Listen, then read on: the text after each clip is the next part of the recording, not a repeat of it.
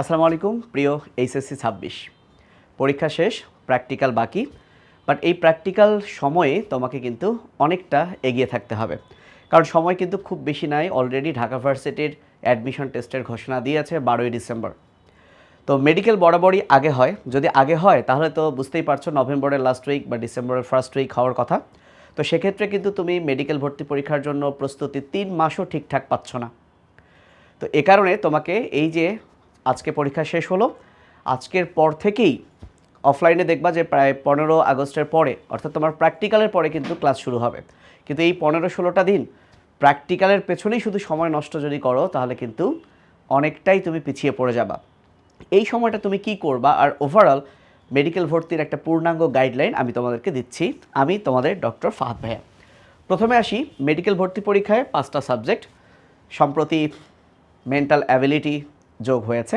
সত্যি কথা যদি আমি বলি, মেন্টাল অ্যাবিলিটির যে প্রশ্ন 5টা ছিল গত বছর, ওই ধাঁচের যদি প্রশ্ন আসে এটার জন্য আসলে আলাদা করে কোনো প্র্যাকটিস করার দরকার নেই। তুমি তোমার এক্সপেরিয়েন্স দিয়েই কিন্তু পেয়ে যাবা, এবং পাশাপাশি তুমি যেখানে প্রস্তুতি নিবা তারা রেগুলার যখন এটার উপর প্রস্তুতি নিবে এতেই তোমার রিভিশন হয়ে যাবে। তাহলে তোমাকে পড়তে হচ্ছে সাধারণ জ্ঞান, ইংরেজি, বায়োলজি, ফিজিক্স এবং কেমিস্ট্রি। ফিজিক্সে কিন্তু মার্কস কমে এসেছে, মাত্র 15 মার্কস। এবং যদি খেয়াল করে থাকো যে মেডিকেল ভর্তি পরীক্ষায় কিন্তু অনেক বেশি ম্যাথ আসে না, আবার অনুশীলনীর প্রশ্নগুলো পড়লেই কিন্তু মোটামুটি ফিজিক্সের অনেকটাই কভার হয়, এবং দাগানো যে লাইনগুলো থাকে তার বাইরে কিন্তু প্রশ্ন গত বছরও হয়নি। তার মানে ফিজিক্স প্রিপারেশনটা কিন্তু খুব ইজিলি নেওয়া সম্ভব। এবং কোনো স্টুডেন্ট যদি ফিজিক্সের ইসাক স্যারের অনুশীলনী বা তপন স্যারের অনুশীলনী যদি খুব সুন্দর করে পড়ে এবং ভেতরের যে দাগানো গুরুত্বপূর্ণ লাইনগুলো যদি আয়ত্ত করতে পারে একটা বইয়ের, জাস্ট ইসাক স্যারের বইয়ের, আমার দৃঢ় বিশ্বাস 15-র মধ্যে সে অন্তত 13 পাবে। আমি 15-র মধ্যে 15ই বলতে পারতাম, ধরে নাও 2 মার্ক আমি বাদ দিয়ে দিলাম, তাহলে ফিজিক্সে তুমি 15-র মধ্যে পেয়ে গেলা 13। এবার আসি, যেহেতু তোমার মেডিকেল টার্গেট, তাহলে অবশ্যই তোমার বায়োলজিটা পছন্দের, কারণ বায়োলজি যদি তুমি পছন্দ না করো তাহলে মেডিকেল টার্গেট নেওয়াটাই আসলে ঠিক হবে না, কারণ এটাকে ভালো লাগাতে হবে। এবং বায়োলজিতে কিন্তু 30 মার্ক। যদি আমরা গত বছরের প্রশ্নের প্যাটার্নটা দেখি, গত বছর কিন্তু আবুল হাসান স্যার এবং আজমল স্যারের বই থেকে প্রায় 30টাই কমন ছিল। যদি তারপরে 1-2টা একটু পেঁচিয়ে দিয়েছে, তাহলে 28টার কথাও যদি বলি, তার মানে তুমি যদি এই 2টা বই ভালো করে পড়ো, 2টা বই আয়ত্ত করতে পারো এবং জীবন ছেড়ে দিয়ে পড়বা এই বায়োলজি, কারণ তোমার টার্গেট ডাক্তার হওয়া, তোমাকে বায়োলজিতে ফুল মার্কস ক্যারি করতেই হবে, আদারওয়াইজ পসিবল না। এটা কিন্তু তুমি সেকেন্ড টাইম হও, ফার্স্ট টাইম হও, যাই হও না কেন, তোমাকে কিন্তু এখানে ফুল মার্কস ক্যারি করতেই হবে। ধরে নিলাম তুমি তোমার জীবনের সর্বোচ্চটা দিয়ে বায়োলজি পড়েছো, তারপরেও তুমি 30-এ 30 পাবা না, সেখানে ধরলাম আরও 3 মার্ক তুমি লস করে ফেললা।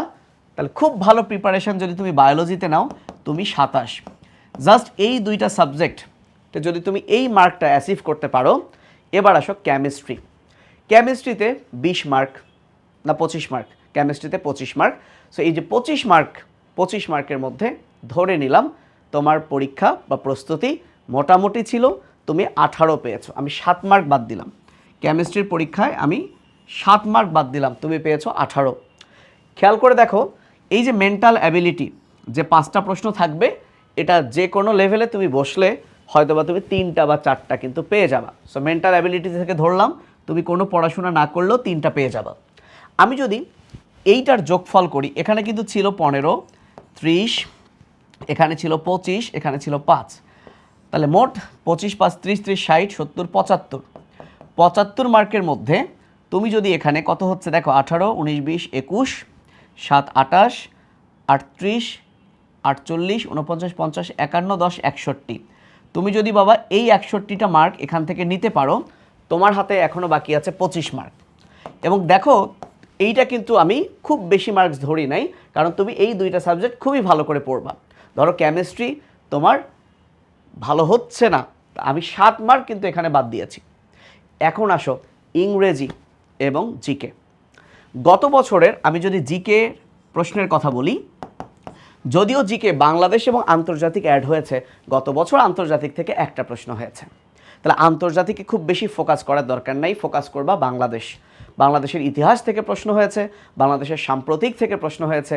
তার মানে তুমি যদি সাম্প্রতিক ভালো করে পড়ো এবং বাংলাদেশ ভালো করে পড়ো, তাহলেই কিন্তু তুমি জিকের যে 10 মার্কস, এই 10 মার্কসের মধ্যে আমার বিশ্বাস যে 7টা বা 8টা কমন পেয়ে যাবা।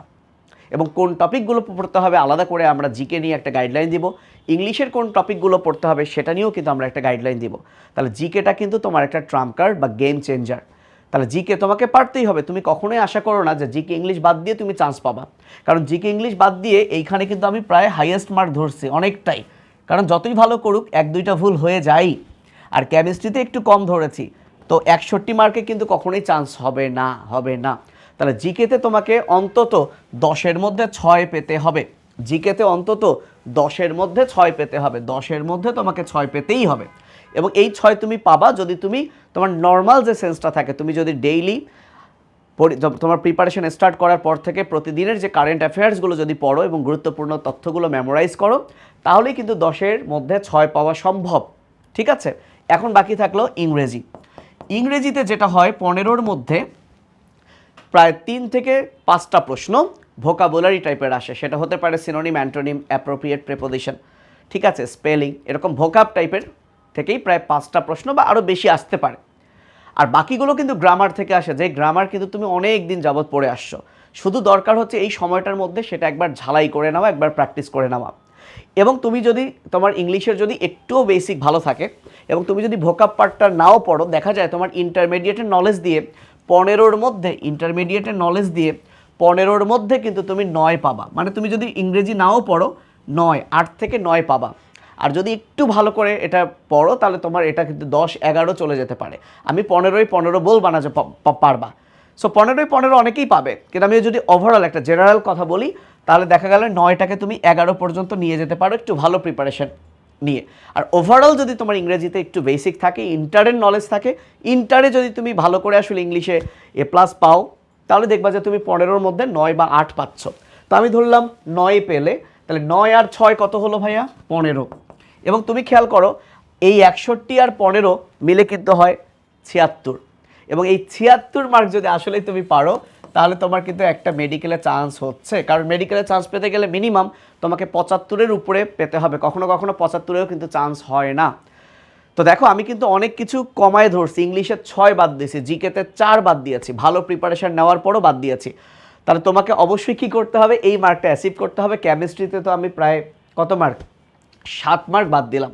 এখন কথা হচ্ছে আমি যত সহজে বললাম এটা পারবো, তার মানে কি তোমার এই 5টা সাবজেক্টের মধ্যে তুমি দেখো আমি জিকেতে 4 মার্ক বাদ দিয়েছি, ইংলিশে কত মার্ক বাদ দিয়েছি?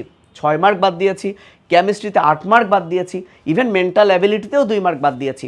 শুধু 2টা সাবজেক্টে আমি একটু অনেক বেশি মার্ক ধরেছি, একটা ফিজিক্স যেটা মেডিকেলের জন্য অনেক ইজি, আর একটা হচ্ছে বায়োলজি, কারণ এইটা তোমার অবশ্যই ভালোবাসার সাবজেক্ট হওয়া উচিত।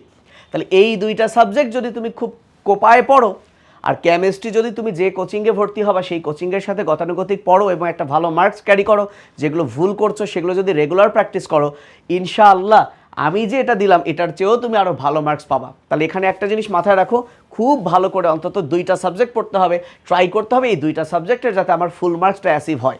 এবং এই 2টা সাবজেক্টে ফুল মার্কস পাওয়াটা খুবই ইজি, কারণ এখানে মাত্র 2টা বই পড়লে 30টার মধ্যে প্রায় তুমি 25+ কমন পাবাই পাবা। 30টার মধ্যে 25+ কমন পাবাই পাবা, কখনো কখনো 30টাই কমন পাবা, রাইট। আর ফিজিক্সে তো আমি বললাম যে মার্ক আরও কমায় দিছে, ম্যাথ খুব বেশি থাকে না, এ কারণে আমরা কিন্তু ফিজিক্সেও এখানে আরও 2টা মার্কস বাদ দিয়েছি।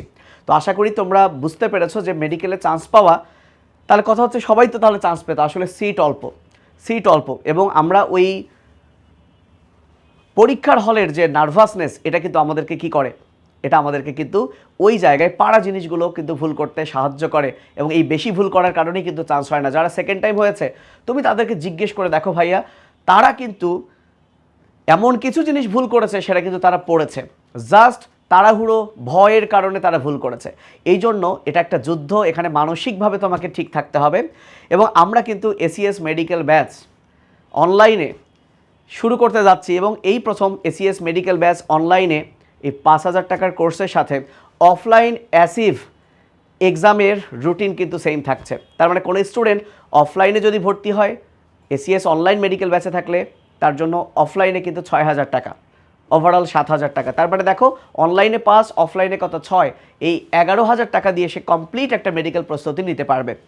ওকে, তো আশা করি তোমাদের এই গাইডলাইনটা উপকার করবে এবং আমরা সামনে জিকে এবং ইংলিশের ডিটেইল একটা গাইডলাইন দিব, সেটা হয়তো বা আজকালের মধ্যেই পাবলিশড হয়ে যাবে। তোমাদের জন্য দোয়া রইল, যে কোনো ইনফরমেশন, যে কোনো কিছু জানতে চাইলে তোমরা অবশ্যই কমেন্ট করতে পারো, আমি ইনশাল্লাহ তোমাদেরকে রিপ্লাই করব। ভালো থেকো, আল্লাহ হাফেজ, আসসালামু আলাইকুম।